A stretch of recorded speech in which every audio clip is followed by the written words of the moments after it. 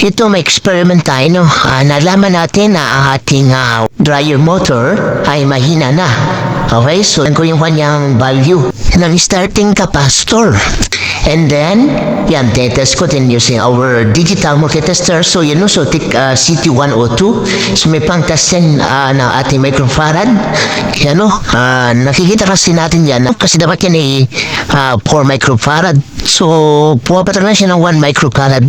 So, ang ginawa ko ay yan, gumawa ko ng parallel na dalawang capacitor na ating electric fan. So, yun, ano po. So, tinitingnan natin kung ano yung total value niya. Kung papasin natin sa yan, maging 4 microfarad na or 3.9 microfarad. So, ngayon, tinis natin yan. Pinagana natin yan. Wala naman tayong naging problema. So, gumana naman siya. Pero ito po ay hindi standard na po.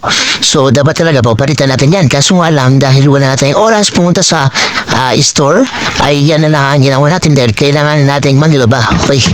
So, yun. Kailangan natin gamitin yung washing na iyan. Dahil tayo po ay papasok na or magtuturo na ulit.